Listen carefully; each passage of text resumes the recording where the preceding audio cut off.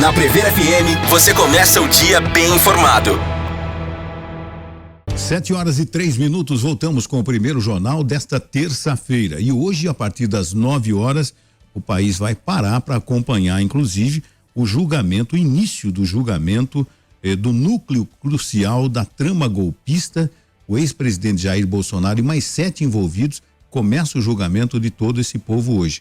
E para falar a respeito desse assunto, é com satisfação que nós temos a partir de agora, no primeiro jornal, o doutor Guilherme Rocha, especialista em direito eleitoral, que vai analisar toda essa situação que vai acontecer a partir das 9h. Doutor Guilherme, bom dia, obrigado mais uma vez por atender a nossa reportagem.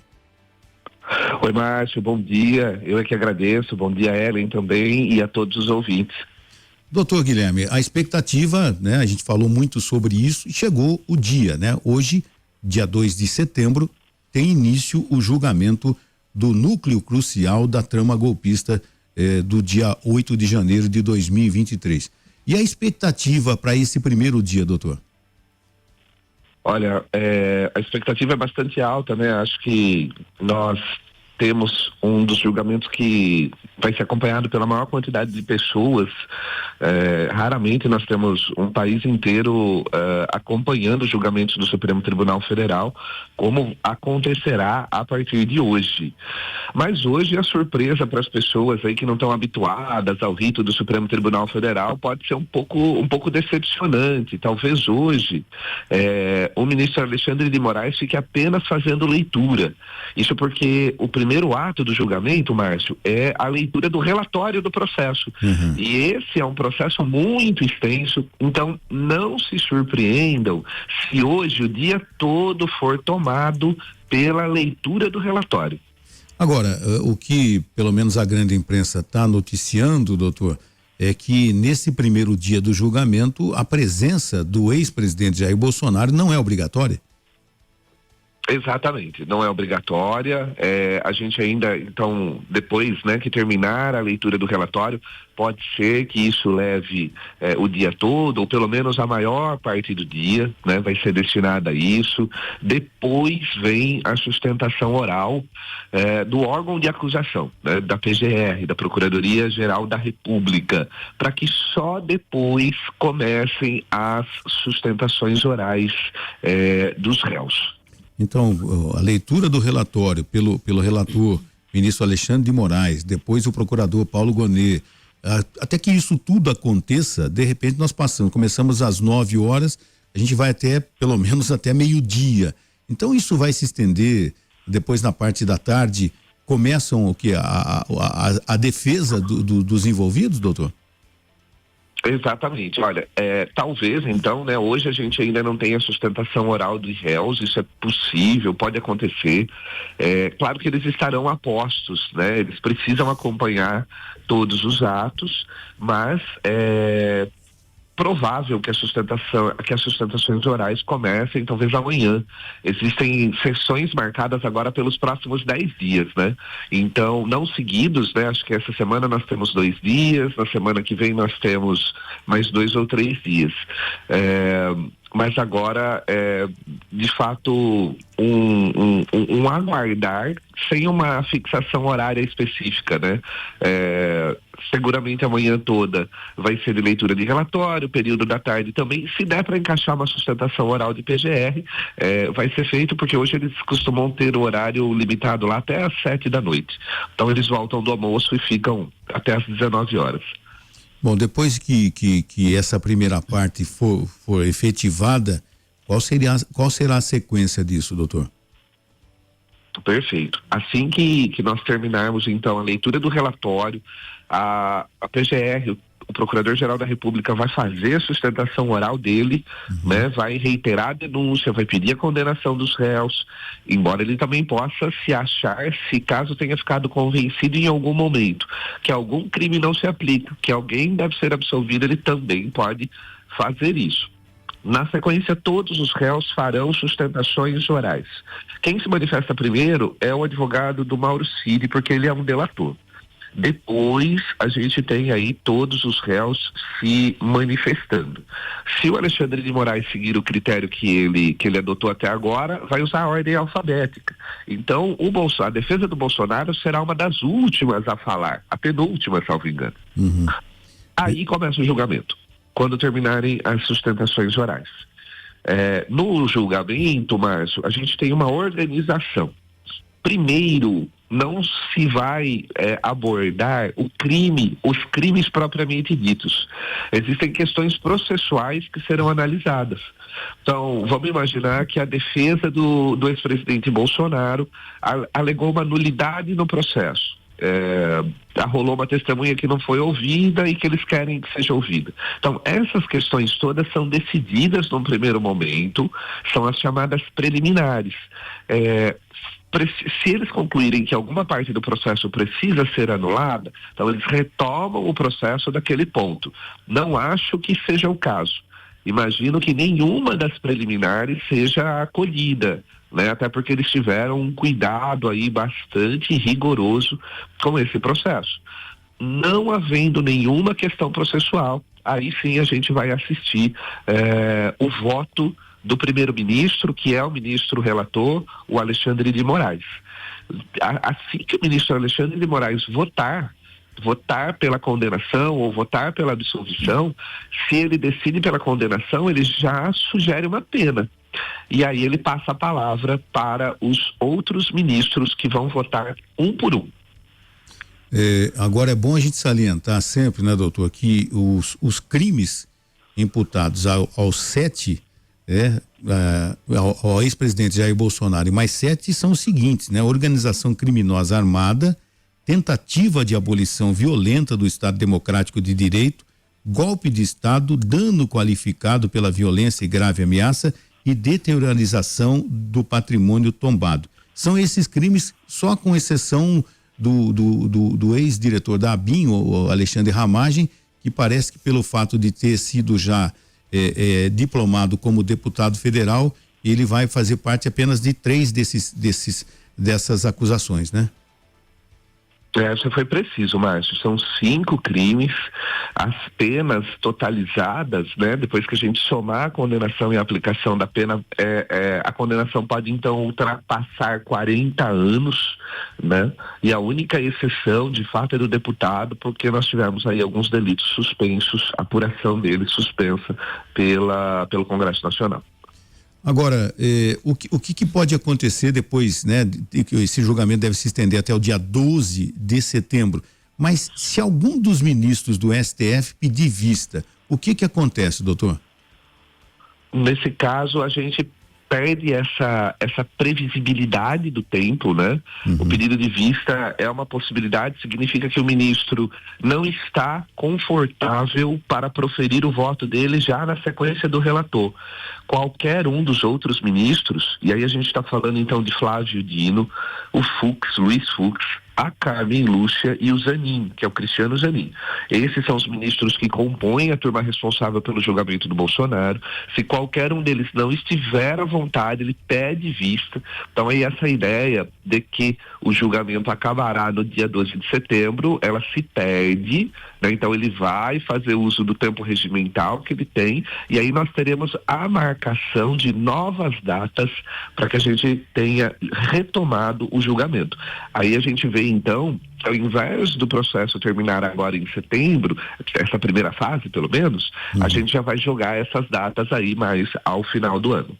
Agora, a grande imprensa, a imprensa que faz a cobertura do dia a dia do STF, está apostando que esse pedido de vista possa acontecer através do ministro Luiz Fux. Por quê, doutor? É verdade. Isso tem acontecido pelos posicionamentos que o Fux ele tem manifestado durante o julgamento do presidente Bolsonaro e dos demais, né, que integram esse processo. Em mais de uma vez, em mais de uma situação, ele já mostrou esse desconforto. E isso, para quem acompanha o Supremo Tribunal Federal, é característico. Não seria surpresa, seria surpresa, por exemplo, se o Flávio Dino solicitasse vista, porque ele não manifestou discordância, desconforto em nenhum momento do julgamento. O Fux não, o Fux já deu algumas demonstrações. E é nesses casos que a gente vê esse pedido de vista ser feito, né? Então pode de fato acontecer. Se nenhum ministro pedir vista, tá mantido a data de terminar dia 12? A princípio, né? Nada impede, se eles não conseguirem dar o andamento imaginado nessas sessões, eles podem estender um pouco mais isso, não tem problema nenhum, é normal também que isso aconteça. Agora, não muito mais. Ou a gente termina propriamente aí no dia 12, ou se precisar ir um pouco além, a gente está falando de 1 ou 2 dias, eles já têm uma expertise muito grande, então essas sessões já foram calculadas. Algum advogado de defesa dos réus, eles podem tentar anular qualquer item da delação premiada do Mauro Cid ainda durante esse julgamento? Farão isso, sem dúvida nenhuma. Isso é daquelas preliminares, então assim que terminar as sustentações orais, eles abrirem o julgamento, eles vão analisar essas preliminares, né? E eles analisarão especificamente, Márcio, pedidos dessa natureza. Olha, a delação é nula quanto ao item X, ou a delação é completamente nula por essa razão. Razões diferentes que serão apreciadas, mas, volto a dizer, com alta probabilidade aí as preliminares serão todas afastadas, porque esses argumentos, eles já foram trazidos, né? E principalmente ali por parte do relator, do ministro Alexandre de Moraes, houve o tempo todo um cuidado para evitar qualquer tipo de nulidade desse processo. Agora, a perspectiva de que realmente aconteça a condenação, a grande imprensa tem trazido. O próprio ex-presidente tem falado, né, às vezes tem vazado algumas informações de que a perspectiva de que ele seja condenado é muito grande. O país está preparado para isso? Tenho dúvida sobre a preparação do país quanto a isso. Acho que não. Acho que grande parte, e aí quando eu me refiro a grande parte, talvez falemos em até 1/3 do eleitorado brasileiro, talvez não estejamos preparados para admitir uma condenação dessa natureza. Sabemos, os ministros do Supremo Tribunal Federal também sabem disso. Não é um julgamento puramente jurídico em que se preocuparão apenas com as questões jurídicas. Eles são muito experientes e sendo ministros do Supremo Tribunal Federal, conhecem muito de política. Por isso, mas não só por isso, nós não nos surpreenderemos se condenado o ex-presidente Bolsonaro, seja mantido, por exemplo, ele pode ser mantido em prisão domiciliar, o que de certa maneira acalmaria, diminuiria aí o ânimo e as consequências que essa condenação pode trazer. Agora, doutor, muita gente questiona por que o julgamento não vai ser no plenário do STF e só no contexto da primeira turma. Por que disso? O Supremo Tribunal Federal ele é dividido em 2 turmas.